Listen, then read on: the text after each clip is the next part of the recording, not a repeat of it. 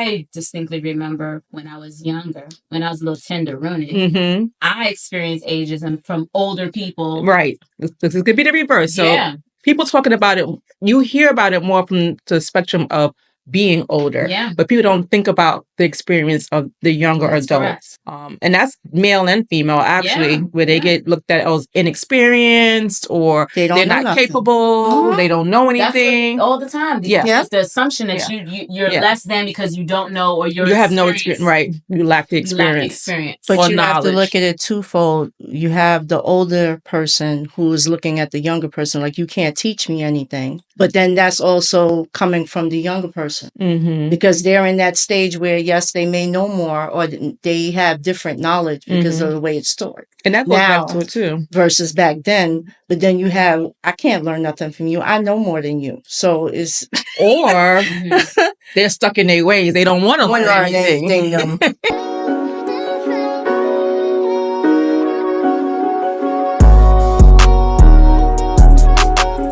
Cheers, ladies. Cheers. Welcome to another episode of Not Your Average Aunties Podcast. Yes. Not Your Average Aunties. Subscribe, comment, follow all social media platforms at Not Your Average Auntie Podcast. Yes. Today's episode. So we are talking about ageism and sexisms and all them isms. All those isms. Not all the isms, but I'm sure some of them isms would creep up in there when we start talking about it. Yes. When we get into the conversation, for sure. For sure. So where do you want to start? You know what? I always want to start first by, I guess, defining it. Yeah. Okay. Yep. Okay. So I went to good old ChatGPT.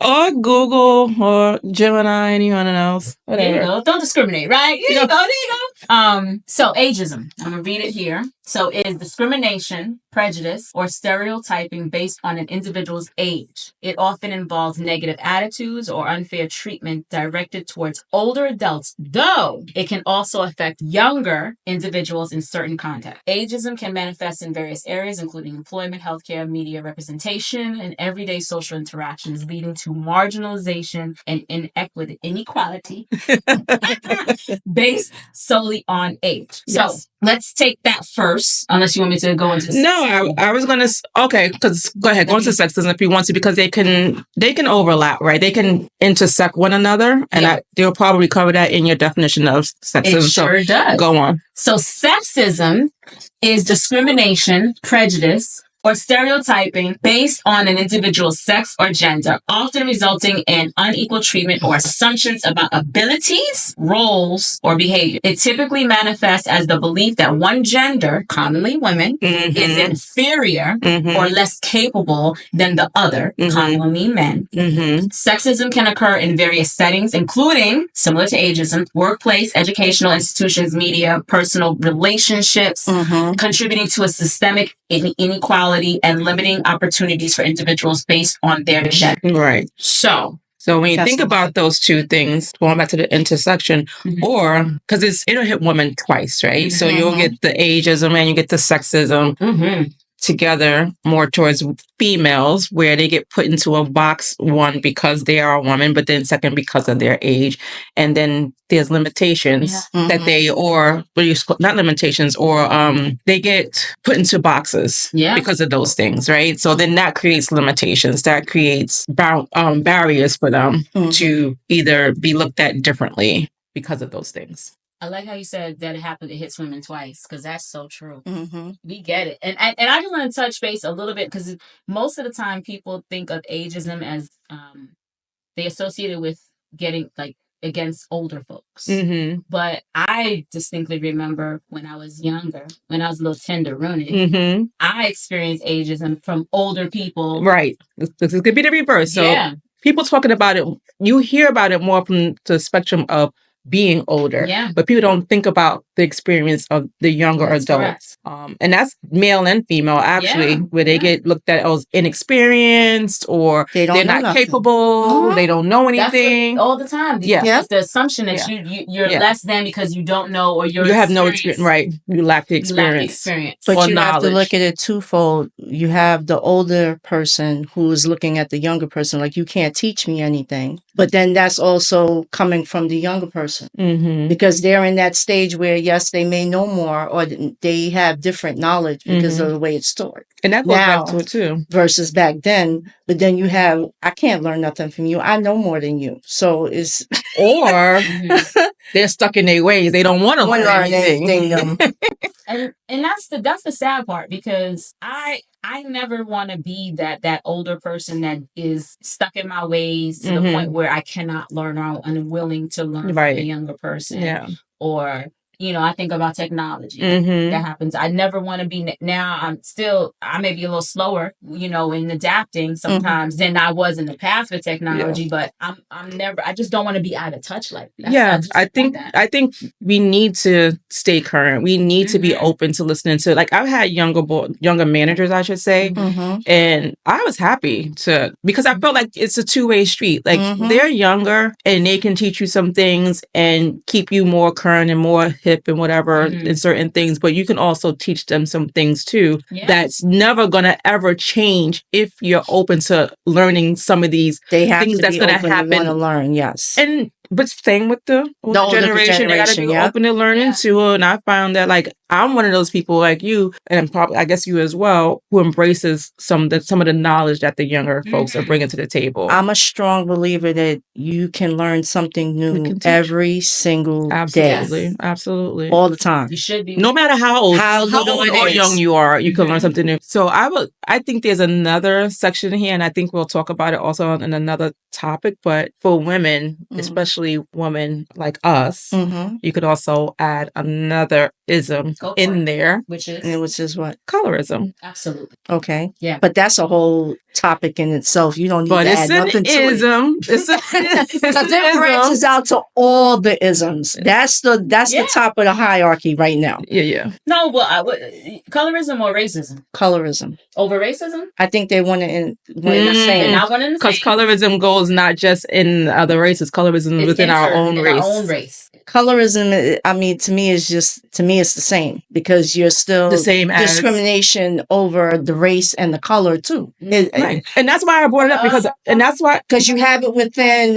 racism, and then you have colorism where it's within one race. And that's why I brought it up. And this is why I brought it up. This is why I brought colorism up, because you brought the word up, discrimination, right? So discrimination, sexism, ageism, colorism, all are under that discrimination, right? So I think the colorism I don't think it's above racism. It's just a part. It's just a discrimination. I think the racism is a branch off from. That's just my opinion. But so let's go to wonderful Shannon. Colorism is a form of discrimination based on skin tone, which we all know. Yes. Where individuals with lighter skin are treated more favorably than those with darker skin, even within the same racial or ethnic group. That's the biggest piece. Yes, but there's also the colorism where white people are more superior than black people. That's not colorism. But it's a form of it, because you're taking one colored race. That's racism. And discriminating it against another. Is the same. To me, they're one, but it's one and the same. You got white who are believe that they're superior to any other race and color. So I guess Indians have a tan tone. They Black people have different too. So that's all within it. It intertwines with each other. You can't. So if I look at it the way you're describing it, to go back to what the definition says of light-skinned individuals get treated better than darker-skinned individuals. White get treated better than black. It's still a form. That's not colorism. That is racism. Okay, so let's hold on, because we'll be debating here all day on yes, because it's still, you got shades of color, which is white, black, brown, who discriminate against each other based on skin tone. Yes. So it's important for us. I'm using I didn't want to make up my own definition, which is why I'm referring to. Yes. I'm Googling it, or makes whatever. Sense. To make sure we have, because we all have our own to anchor on, because we all have our own. You can see, we all have our own ideologies of what it is, right? Yes. So let me just finish the definition of colorism, and I'm going to read the definition of racism. Maybe that'll... Okay, so back to colorism. Colorism is a form of discrimination based on skin tone where individuals with lighter skin are treated more favorably than those with darker skin, even within the same racial or ethnic group. It often stems from historical, social, and cultural biases that associate lighter skin with higher social status, beauty, and privilege, while darker skin is unfairly linked to negative stereotypes. Colorism can affect opportunities in everything, right? Yes. The same thing with other, right? And it is a pervasive issue in many societies around the world. All right. Okay. Racism is a belief system, a set of practices that asserts that. Sorry, I'm putting in. Let me get. Let me read from here, not my own shit. Racism is a belief system or set of practices that asserts the superiority of one race over others. One race over others. Okay. Leading to discrimination, prejudice, and unequal treatment based on race or ethnicity. It involves both individuals' attitudes and systemic structures that create and maintain disparities in areas such as education, employment, housing, healthcare, and criminal justice. Racism can manifest in explicit forms such as hate speech or violence, as well as more subtle, institutionalized ways like biased policies or practices that disadvantage certain racial groups. It perpetuates inequality and social division, impacting the lives and opportunities of marginalized communities. So when I look at colorism, that is something to me, if I'm trying to break it up, is internally within that ethnic. But like, so it could be even within the ethnic group. So it's including all races, but it can also be within, because it's even saying even, which is saying this is included in that area. But here's white people, to me, they're not experiencing coloring with because they're not saying I'm lighter than you, so you're darker than me. They're not doing that within their race. Experience is the caste system, which is not an ism, but it's more of that I got more money. Yes, classism. They still have it within them because you have Italians who believe that they're better than the rednecks, and then you have Russia against. But that's not color. That's caste. That's how much money. That's more of an elitism as opposed to colorism. That's not based on color. Think about it. Even if you think about the Italians, hell, we can look at Spanish. We can look at Spain versus Puerto Ricans, right? But that's one race against the next, based on they're all Hispanic. They're all Latin. Part of Latin, right. Same thing. Dominicans versus Puerto Ricans versus Cubans, right? In Hispanic culture, there definitely is colorism. Yes. If you're lighter hue, you come from Spain, they think they're more elite than, let's say, some based off of the color. Off of color than Dominicans and Cubans and anybody that has more of that darker. So there is colorism outside of just our race, for sure. Outside of black, but it ain't into me. But it's white. It's not right. It intertwines with each other. I'm not debating. It definitely intertwines, but there are distinct differences within colorism. There's not any systemic. I think the impact is different when you look about when you add colorism to these two categories that we're talking about today for our race, for black race. It's like it's another strike. Yes, against it's another us, notch. Right? In addition to racism, right, and sexism, yes, and sexism. So as a woman, because we can only speak about the woman's perspective, we can speak on men, but it's not. It's to me. I tread lightly on that because I'm not a man, right? Right. But you can look at it still. If you look at it, we all had some experience in corporate America. When you look at how you grow within a corporate ladder and the different races or sexes, so. I think we talked about this before, where if a man gets married, he gets promoted. If a man's wife is pregnant, he gets promoted. Where the woman, if she gets married, they're expecting you to be pregnant within a year, which means you're not going to be performing, blah, blah, blah. Now you get pregnant, you come back, you can't get a rating because you wasn't there a full year. So your rating is based off of the time that you were there. Now you're a mom. But are you going to take on more of a heavier load or whatever have you, because now you're so it's all those things where you look at in with how men progress versus how women progress, regardless to color, because still, even with that, I feel like a white woman would still probably get higher than a black woman with those same things, marriage, family, children, all that stuff. So I think we just have another notch on our belt as women of color. Because within the woman gender, we are at the bottom of all other races when it comes to women.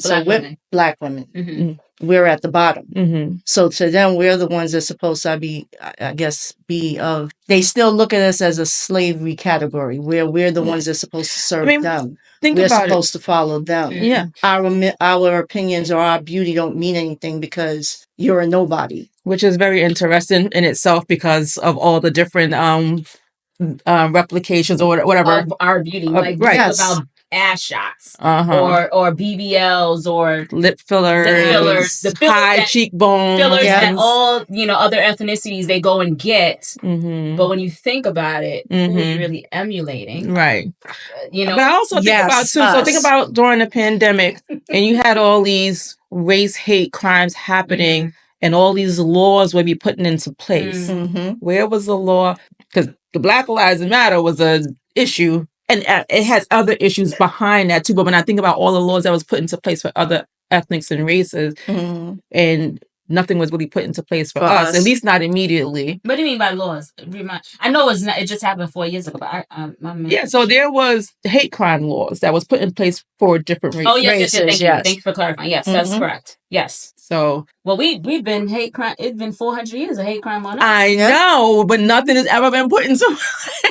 Well, one could argue that I like to play devil's advocate. One could argue that there are certain laws for us. Ain't nobody following them bitches. I'm not saying that nothing put into place for us. I'm not saying nothing. Civil rights. Yeah, I'm not saying nothing is put into place. We still have it. Civil. Come on. Yeah, I'm not. We know they still exist. There's yes, a lot technically, of yes, they're there. I'm not saying nothing's put into place, but it's not spoken about. It's not enforced. No. And even with organizations, like you hear them talk about it. You hear we get put into a broader, but then you get to, we're not going to tolerate anything against this specific race or anything against this specific race. But then us is put into, we're not going to tolerate any of this at all. Even now, to this day, we're still fighting for the right to be able to wear our hair the way we want to. Like they're fighting that tooth and nail, and it just makes no sense to me. But if another race came into the office with the same exact hairstyle, it's not considered professional. They're still. So, to some people, you get some people that get. Listen, we work with all different kinds of different races or whatever have you. But I've seen people with different colors in their hair and stuff like that, and I've heard comments and stuff like that. I've heard comments about it, but that's subjective. Many people have their own different opinions or feelings, and they will say something. But to your point, it will not be spoken about as much. No. Right, so they can put the. Or you don't see the odd looks and stuff like that. You don't see that kind of like. You don't see those kind of things. No, because if shock put value. Those wild colors in their hair, like the green and the blue, and they're expressing themselves. Oh, you look funky. But let's another race, particularly us, do it. We're not being professional. Yeah. It's not meshing with our culture here. Yeah. So I guess and I'm quite sure we have, whether we acknowledge it or not, but experience any type of sexism or racism in work or otherwise. Absolutely. Yeah. In what way? Tell us about it. Which one you want to tackle? Tell us. Whatever one you want to share. Let's get into it. Let me see what I want to share, because there's so many different examples. So if I look at the sexism piece in the workplace, let me not even do that. Let's look at the ageism. Because oftentimes being in corporate America, trying to climb that corporate jungle gym, and I was in corporate America for a very young age, from the time I was 18 years old. So you look young, people underestimate your abilities. They think that you're incapable of handling certain things, or you're not mature enough to handle certain things. I've experienced in that way. I've also, as I got into my 20s, mid 20s, well, I should say late 20s at that time, I had a manager who I was always being passed up for different opportunities to manage certain accounts. And I took the initiative to actually ask and probe, like, okay, what's going on? Because I know I was pulling in the numbers. Let's be clear. I was bringing in business from a business development perspective and definitely pulling in the numbers. So I was wondering why I'm not able to manage certain accounts. And when I approached my manager to ask, he was like, oh my gosh, we were waiting. We thought because I had the kids, because they knew at the time, and my 2 youngest ones, they were babies, that, maybe it was too much for you. And when I heard that, I was like, you mean to tell me that you couldn't approach me? You made the decision yourself to give it to someone else. And that's what I hate. Even as a leader now, I never want to make a decision for someone else. I'd rather approach them with an opportunity and let them tell me no or not right now. Because it's not up to me to make that decision. And that really pissed me off. Yeah. They're making a decision. Oh, she's got kids, she's married. She got to get home and cook dinner. Like, you're making me this domestic person that you don't know. Just approach. So when he said, "Oh, you're in," yes, and then they gave it to me. But I was like, you were waiting. And he even said, "Well, we know you have the little kids, and what does that have to do? I think having those little kids and still bringing in the money." And that comes from this mindset too, because there's this thing that you hear: you have to own your career, right? Oh, yes, you do. And yes, that is very much true. You do have to own your career, but as a manager and as a leader who's leading people, mentoring people, you should recognize your talent. And to your point, why are you waiting for me to come and approach you about something I'm clearly capable of doing? They was not going to approach me until I was just like, that's a little disheartening. So then when I got into a position, as I climbed the ladder, if you will, and then I was able to establish my own teams. I always wanted to change that narrative, like I mentioned. Like, I'm not going to make decisions for people. And then I had to, when I was in those rooms with other senior leaders, and they would talk about, like, when you're doing the rating scale of who's the hypos or high performance folks, and we're having those discussions about other people, I'm like, all right, I always wanted to be that equalizer. Like, okay, this person's high performance, but you're not going to give her an opportunity because what? And when you challenge them, they were like, what? Can she do it? And then it became a thing like, Shaq is going to always disrupt. No, seriously, they were like, Shaq is but you need that disruptor in the room because I need y'all to, and not from a negative way, from a positive way, right? It's to shine some light, it's to fight for others. To me, a good leader is someone who's going to fight for you when you're not in it. Exactly. And that's, unfortunately, we ain't got enough of them. We got a handful. There are some, but so that's sexism. What does that say? That's ageism. That was ageism. Yes. Well, no, actually, that's it was sexism. That's sexism. That's both. To some degrees, they were like, but it was more sexism because wife, mother. Ageism, they would think I never shared my age. The only person who would know is HR because you got to fill out those papers. Yeah. But I purposely, 2 things. I never shared my age as I started to move through corporate America in different positions. Never shared my age, and I very rarely brought any paraphernalia with regards to my family on my desk. Okay. I move light. I travel light. I'm at work. I ain't bringing my shit from home here, right? And I don't need you in my business. Right. Because I learned from that situation, you are watching everything. You're trying to get, and I get it, you want to get a holistic view of your employee, but then you start making decisions. So the less you know about me, the less assumptions you can make. But they always assumed that she's so young, this and this and that. And when I finally had a happy hour and I disclosed me, no one believed me. I'm like, dude, I'm, at the time I was like 30 something years old. Yeah. And they always thought you're young and you're 20, you're younger. And I'm like, no. That's why I said both of them play a part. I think it was the same. They do, and it's just annoying. I had an old friend of mine who, as she started to get gray hair, I hate that shit. I will color, motherfucker. I'm coloring. She would leave them in. Yeah. Because she wanted to be viewed as more mature. And I was like, that you can have. I ain't wearing no grays. Let them think what they want to think. Let them think. Damn it. Shit. I'm starting to become comfortable. I would prefer just being salt and pepper if it's going to be that way, but I'm with you. I would all or nothing. It's either got all or nothing. Yes. I ain't there. I don't know when I'm going to get to it. But anyway, so that's I have more issues outside of work I've had with racism, where someone thought I was the hired help. Yeah, that was interesting. That almost broke up a friendship too, but that's a whole other story. I think you told us that story. Yeah. It probably was on another episode too. I'd say for me, yes. I mean, I think it was probably a rhetorical question at the top of it anyways, because I'm quite sure we've all experienced these things multiple times.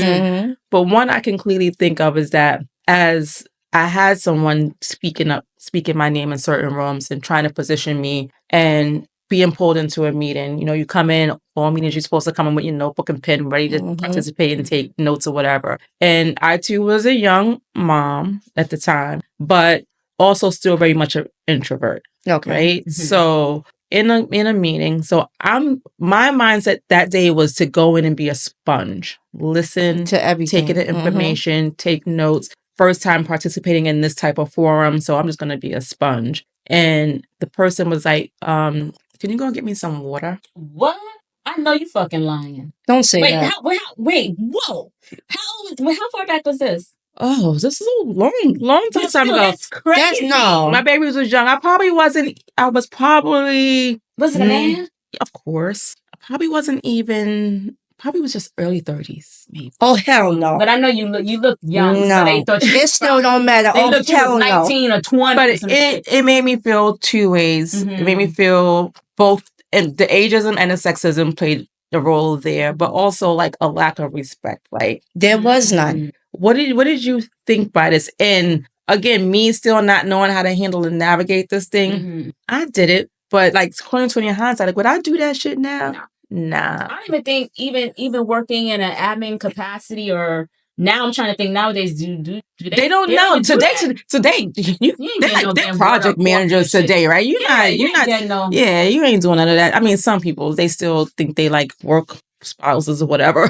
But for the most part, a lot of admin roles are more project manager based. I would have been like, that is not a part of my job description. That would have been the first thing to come out of my mouth. That was my kind of demeanor back then. But like, that shit, bitch. This is the thing, right? So and it's right. But and again, these topics weren't really being talked about. No. It was really kind of swept under the table. Yeah. So again, it was just I could think of that one moment where I felt like, number one, don't respect me. Number two, thinks I'm too young to probably be in this room. Mm-hmm. And number three is like, I'll go back to, I'll even add colorism in there, think about it. So let me ask you a question. Yeah. That was your direct report? I'm sorry. No. Your manager? He wasn't my direct report. He wasn't your manager. He wasn't a direct report for him. Yeah. No, but the funny thing is I was a direct manager.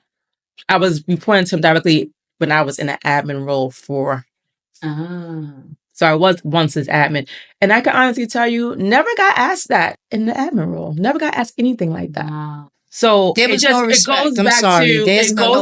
goes back to not feeling like I belonged in that room, in that role. Yeah. Like you still looked at me as an admin. Well, in a perfect world, a man's definite, I won't say all, I'm not saying all, but you still have a good amount of men out there that believe women are not supposed to be in corporate America, period. They need to be home, barefoot and pregnant, cooking and catering to my every need. Yeah. And no, I'm happy it's getting better, but it's still, if you look at the older men that's there, that's like five years from retirement, they still have that old mentality. And in that situation, he had no respect for you. No, it's not a lack of it. It's none. No, I'm not arguing with you at all. The crazy thing is, you just jarred another memory, and I want to get to yours, but just I want to share this one. So that was a long time ago, and the one that I referenced for me, that was a long time ago, but not too long ago. Again, with this was not colorism, wasn't ageism. This was more, to me, from my vantage point, racism, right? Because I was managing an account, and I had came to visit my client and my staff there. And there was another part of the client. She's this woman that was part of a client, a white woman. She, every time I came into the office to visit this particular client, she wasn't there. So my main sponsor, the person that I would connect with at the client site, he wanted me to meet this woman. And she finally was there. And when he goes to introduce me, he's a white man, this is a white woman, and he goes to introduce me, and she's like, "Oh, hi." She's like, "Are you one of the new admins?" And I said, I laughed. Now, this was not long ago. Yeah. And I laughed because now I'm a different person. I'm a laugh and shit. I'm a laugh before I answer. So, and he turned big red. he was waiting. I felt like it was a Ralph Crandon. He was like, humana. Once he was like, and I laughed. I'm assuming he experienced how you get down in the past. No.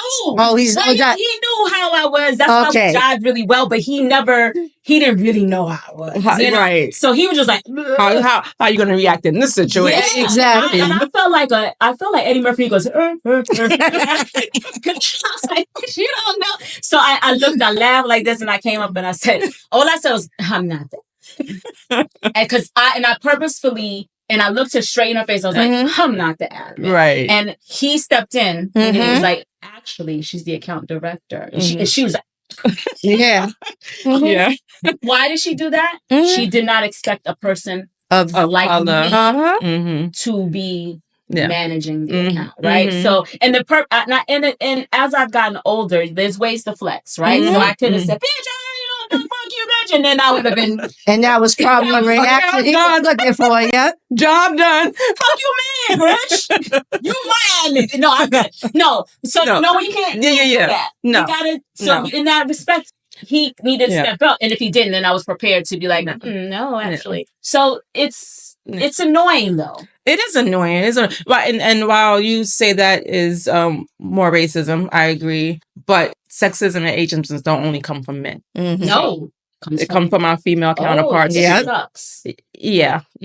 So that's why I said we are at the bottom when it comes to the women gender, at the bottom of the tap. But it's because all other races believe that we are inferior to them. Even when climbing the corporate ladder and they try to do this, the higher rate for men and women are the same level of roles, or whatever. How many? We are at the bottom. No. Right. So, and we shouldn't be requesting or dictating what we should get in pay. We should be happy with whatever they give us. Well, so I'll argue this. That is accurate, but I would also argue that is accurate for a lot of women. Yes, of whether you black or yeah, but there's still that counterpart. There's still us. Yes, going to make more than you. A white woman. Yes, they're at the top of it. In many instances, I would definitely agree that is the case. And Asians are slowly underneath them. They are slowly. They actually. So there's a lot of variables with salary because it depends on the capacity you're working in, location. It also depends on how well you negotiate. Like there's this thing now with millennials and Gen Z. Not Gen Z. Well, I can't. Yeah.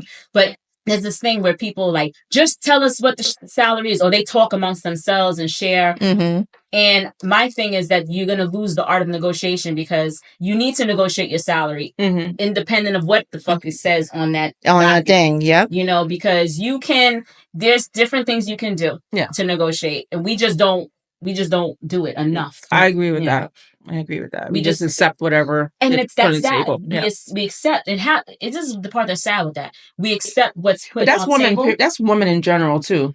Women in general, because even black men, they're going to negotiate. Yes. Right? And we accept what's on the table because half the time, whatever they're giving us, we've never had that amount of money before. So we think it's good. You know what I'm saying? It's like, well, $100,000. Goddamn, sign me up, sir. I remember when I first started, all I had was X amount of dollars, and now you're giving me a 6-figure salary? What? Yeah. Me up. And mind you, it's like, if they're coming at you with $100K, you need to be like, that person over there is probably making at least see if we can get 10-20% more. You know what I'm saying? Me coming from the finance field, I see a lot of salaries. So I see the difference in what each race get. And it all depends on the negotiation because you have some sisters that I've witnessed that have negotiated a very nice compensation package. So it can be done. I'm not disputing that, but you do see the differences. And when we as a group get excited over, 100K, now,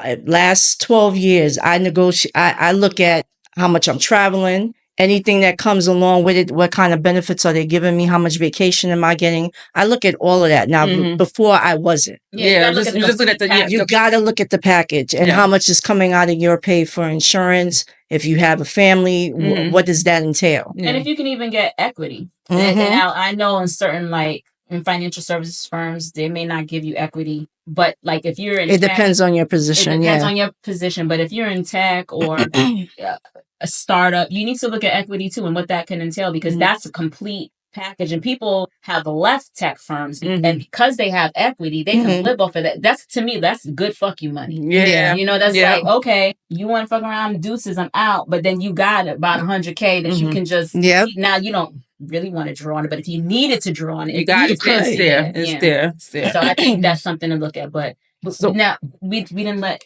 Joe. What about your experience with sexism or any of the isms?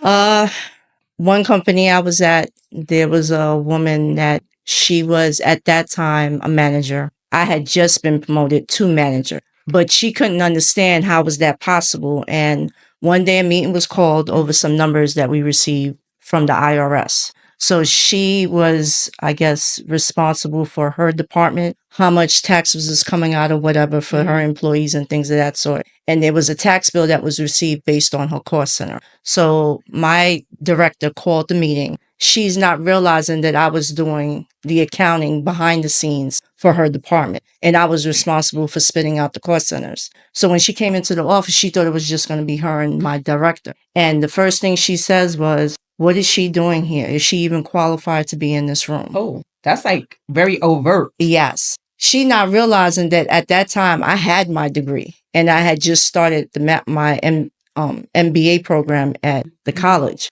So she doesn't have a degree. She only had an associate's in liberal arts. And she didn't know that I was aware of that. So when she made the comment, my boss, because I was sitting on the side of her desk, she immediately grabbed my hand and she just looked at me telling me, I got this. And she explained to her that it doesn't matter if she's been doing the accounting here, she needs to be in the room because you're having an issue with one of your bills.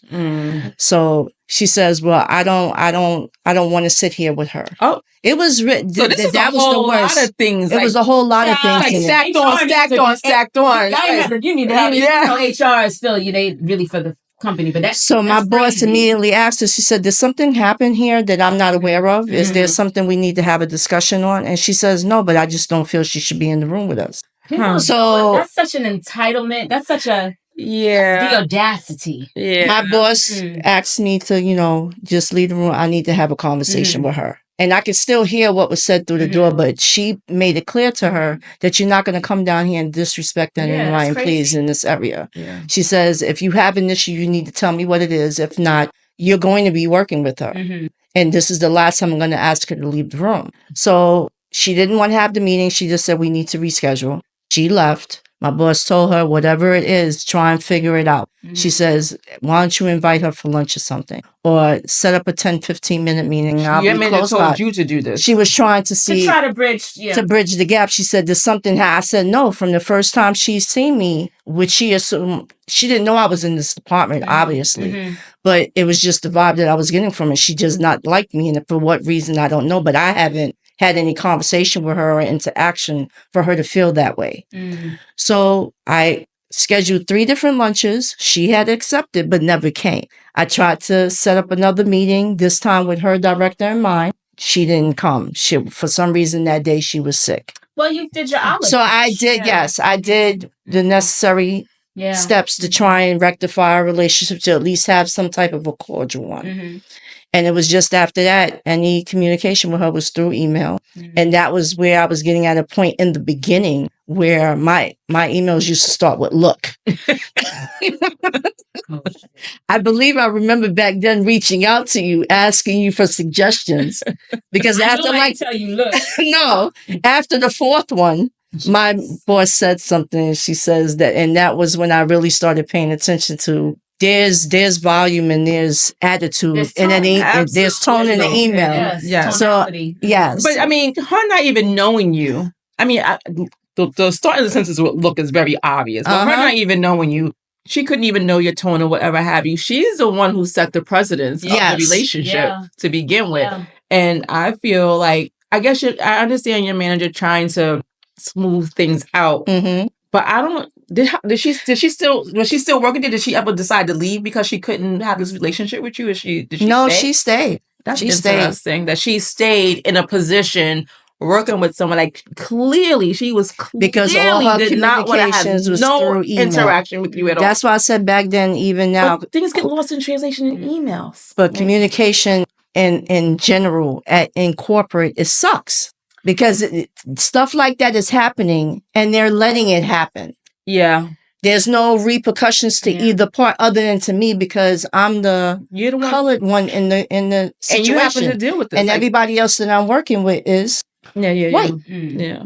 And I don't mean to bring it up in that way, but it's just... That's your experience. One company, there was maybe 10 in this amount of employees that we had. And we had a good few thousand. Was, it just made no sense. And so...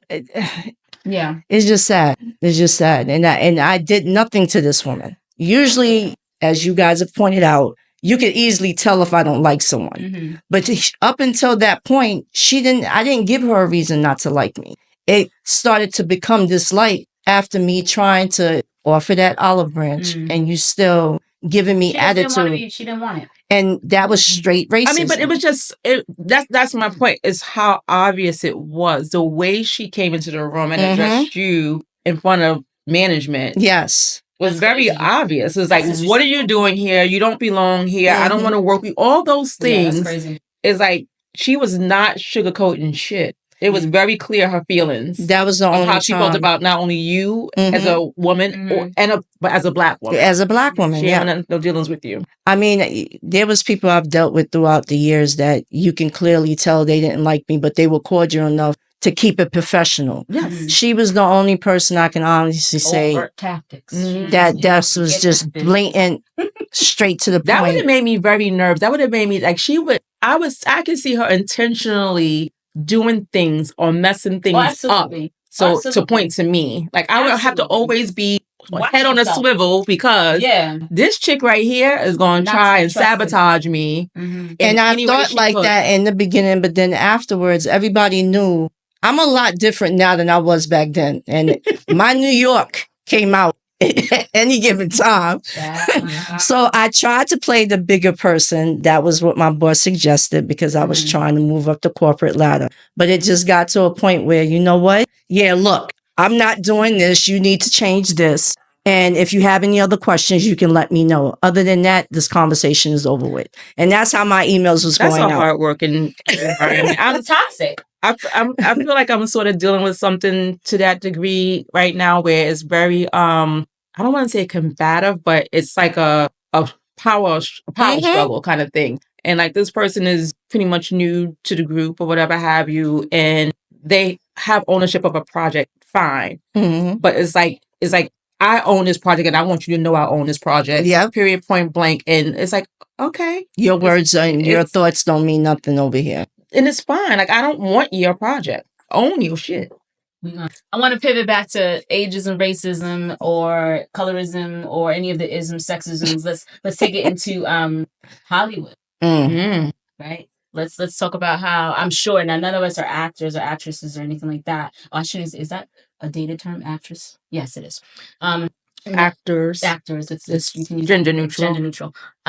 But when you think about even the women who are actors that are not getting paid. And particularly Black women. Yes. Getting put into roles. That are just like, it's sad. Their lead, well, there's been some that the lead role they have, but they're still not getting paid like what a Julia Roberts would or nowhere near it. They haven't seen the value in Black women in Hollywood, but we bring so much to the table. And you hear it being vocalized. If you think about Monique. Taraji P. Henson. Taraji P. Henson. Yeah, she's been very, very vocal. Like, and you know, people, her thing. One of the statements that she made was like, people said that she's always working, and she's like, because I have to always work. Because people don't look at the overhead of somebody in that profession, right? They think, oh, this person this amount of money and making all this money and it all goes to you. No. No. You know, I have my agent, I have my PR, I have whatever the cost that comes behind that comes out of that, whatever that salary is you're getting. If you're not making the same thing, because even it was Monique against what's her name, Amy Schumer on the Netflix kind of thing. They were doing back, it was back and forth. So it's very much discrimination in that space, and because the amount of money that they offered Schumer versus her was disgusting. Right. And we only speak up from the things that but yes, from what we've seen and heard. But it's obvious. It's becoming more obvious because now they're talking about it more. They wasn't talking about it a lot back then. So, and it sucks because we bring a lot of salt. We do. We do. We bring all the sauce, which is we do. We bring a lot of sauce, and we don't. But I'm glad that there are also people in positions. And even though we still have a long way to go, but we can laugh. And I know we joke about the Tubies of the world. And Tubi is actually owned by the Fox folks, the Koch brothers or whatever. It's a whole nother thing. But the fact remains is that a lot of independent Black filmmakers get their stuff on Tubi. And at the end of the day, some of it is a little trashy. Some of it is just you're gonna watch it, right? But it'll pull you in some kind of way, right? It's just it's getting them exposure. Your guilty pleasure of TV, right? And at least they're working. Think about Tyler Perry. People talk about him and all his movies and shows. The crazy thing is he's still employing. He's employing people. Yeah, and people are talking about it, whether it's good or bad. Yeah, that's the one thing. Like everybody went to, he needs the writers or he's this and that, and I get it, I understand, but he's employing people, and he's giving them diverse roles. He's not putting them in a box. When you see a character, you see an actor on one film or one TV show and see them in another film, they're not playing that same type of character. No, yes, he's giving them the range where these other companies or whatever are historically Hollywood. If you think about Nia Long, all the roles that she primarily, from what I've seen, they all kind of like the same. I haven't seen a big range in her acting, in my opinion, anyways. But I look about the things that she's played, and they all seem very, very similar and close. So that just so with that, doesn't necessarily mean, I know that's not what you're saying, that she can only act in that capacity. That just means someone else is not see her, right? Or challenging or giving her an opportunity to act in different capacity. And that's historically what Hollywood has done with Black folk. And that's what I'm saying. Channel, and then you have all these Black women going for the same damn roles. They all in the same room. That's what they can do. That's all you can do. You can't do nothing more. Which sucks. So and that's where I give Tyler Perry the credit as that he is giving them the opportunity to play these different type of characters and roles and stuff like that. Daniels, he does the same. What's his face? Rest in peace. The dude that did Boys in the Hood and also did Singleton. John Singleton. That brother was given. Now one can argue because John Singleton had he had higher learning, so he was trying to really branch out too. And then even with Snowfall, like that before he passed away, like he was giving mass range. So I love that. And that's what I'm saying.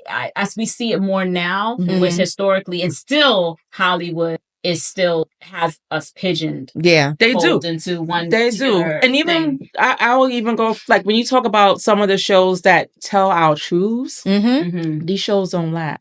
They'll give them maybe one season, 1 or 2 episodes. Thinking about the film with was it Carrie? No, Regina King played in it. They did 2 seasons. American Crimes. Yeah, that was good. Good series. I felt like it was telling a lot about stories that they don't want to be shown or they don't want to be highlighted.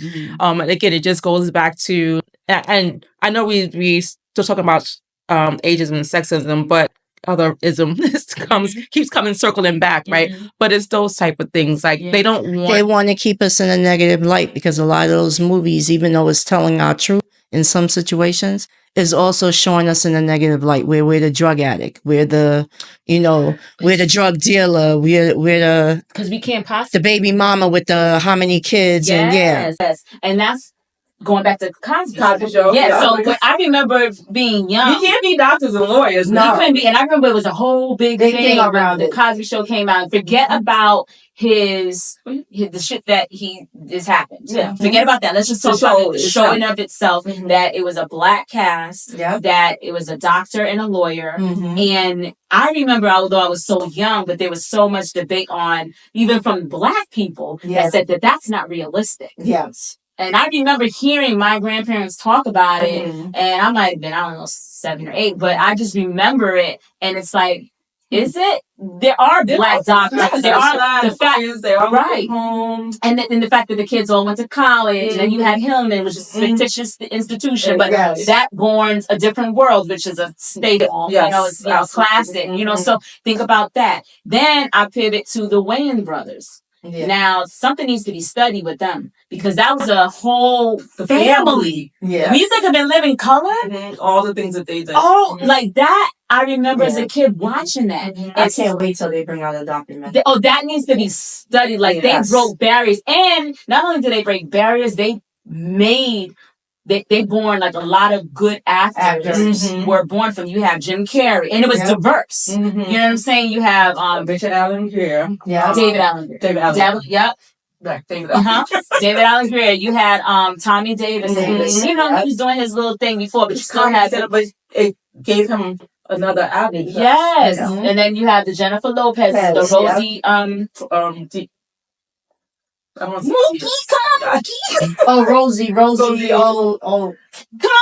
Rosie Perez. I couldn't get her last name. I was going to say Diaz, and that's wrong. Yeah. So that Spike Lee, gotta give him his flowers too, because he had state. And he was another one who would hire the same actors in different films. Which I love because they show range.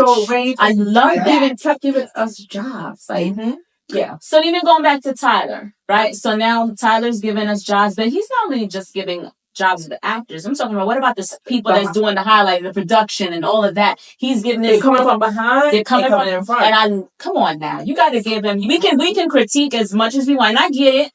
There's also a thought process around when we talk about critiquing people or our folks when we talk about creatives that they say, well, you should be able to handle the criticism because we don't have to stand for mediocrity. And I get that. I understand that. But also let's give flowers to the people that are just trying. He's doing the thing, making shit move. Right. He's making things that others are not. And the thing that he is doing that others are not is that he's giving people jobs. Yeah. Whether the wigs are horrible or not. You know, they talk about the wigs all the time. I don't care what. But no matter how bad it is, you're still paying attention to the content. You're watching it and you're talking about it. And people are getting paid and they're getting seen and they're getting other opportunities otherwhere, other places that you can't say that for a lot of people. No, so I love it. I love it. And I applaud the man. He's doing what he's doing. That's where he came from. I remember when Rich and I said we saw his first play in the Chitlin circuit. You know what I'm saying? We was going to plays and seeing before he became anything. He was just rocking with the plays. And this one, Rich and I used to see plays a lot. And it was funny. Yeah. And that's what gave I was like, who is this man? And then I always get black man. Okay, let's go. And it was funny and the singing and this and that. And then it always has a story. Always a message. There's always. I would say he never walked away from any of his films or plays without a damn message. No one can say that. Now a lot of them, yes, but some of the plays historically they became repetitive at it because you always knew it was gonna be something right. But still, acting, singing. I love it. I think, and the same thing, like I always wondered, going back to the Wayans brothers, like that, Keenan, he, wow. And the fact that it was on family, every family member. Well, it's a lot of them, but most of them. Yeah. How many are there? Like 10. Oh, yeah. Well, it's like 10. At least more than half of them. And then even now, their kids. Yeah. Yeah, I love it. I love to see that. Wayans is on Damon Wayans. That was Wayne. That's Kadeem Hardison. Girl, get your shit right. I used to have a little crush on Damon Wayans, and I was a little girl. I ain't had no business. I might not have been changed on. He fine. Yeah. But his son looked just like him. Like, he spit him out. Yeah. But the talent, talent, and people try to say they corny too. Nah, everybody's different. That's the thing with comedy. Yes. It's subjective, right. Subjective. So what I find funny, and I laugh at some stupid shit. I can't help it. But, somebody else may not find funny. But my thing is, I love to see when you see families like that, or even people like that are breaking the odds, whether it's sexism, colorism, ageism, whatever, I always find it inspirational because it's like that just proves you can do it. It may face challenges, but it's possible. Yeah. So, and going back to Tyler Perry on that point, the characters that are playing in a lot of stuff now, the age ranges are vast. Yeah. It's from young to I don't know how old. So think about just a married couple name that play in a lot of his. They're funny. I know. The man. They're of a certain age, you know, and they're still being employed. Yeah. So that ranges. He's not putting them in a certain age category. Yeah. Or he's not saying they're not hireable because they are of a certain age. You know, so I love to see it.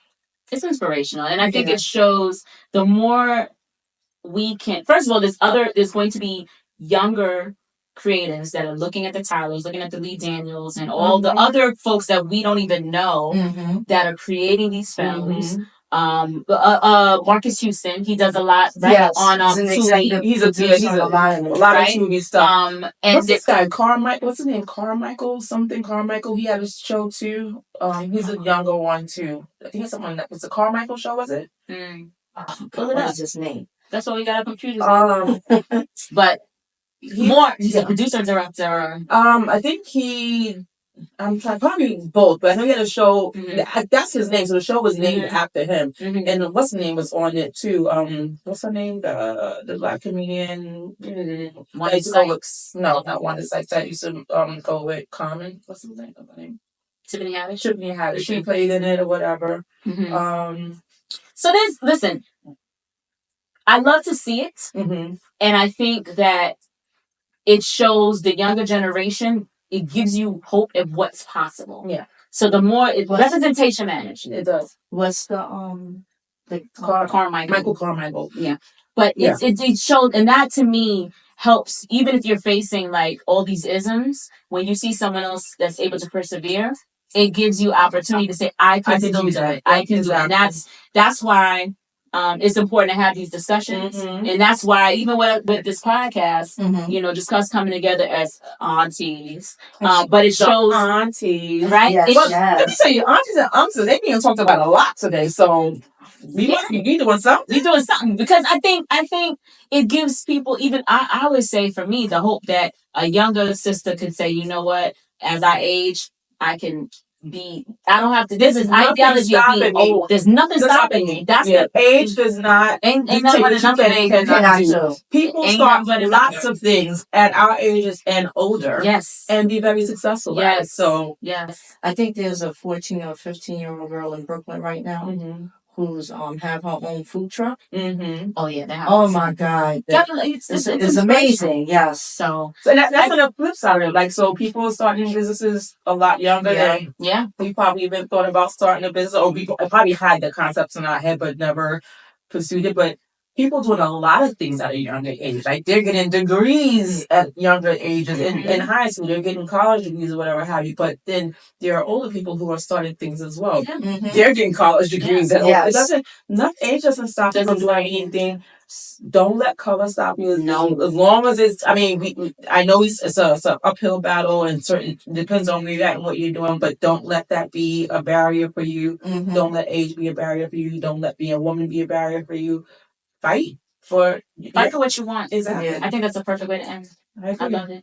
Yep. Fight for what you want. Listen. That's right. I hope you enjoyed this episode. Before you go click into another episode, you need to subscribe. Comment, like, subscribe. Tell us what you want to hear. Tell us what you want to hear. We all for it. We trying to make it better for us. Leave us a comment. All right. Peace out. Cheers. Cheers. Deuces.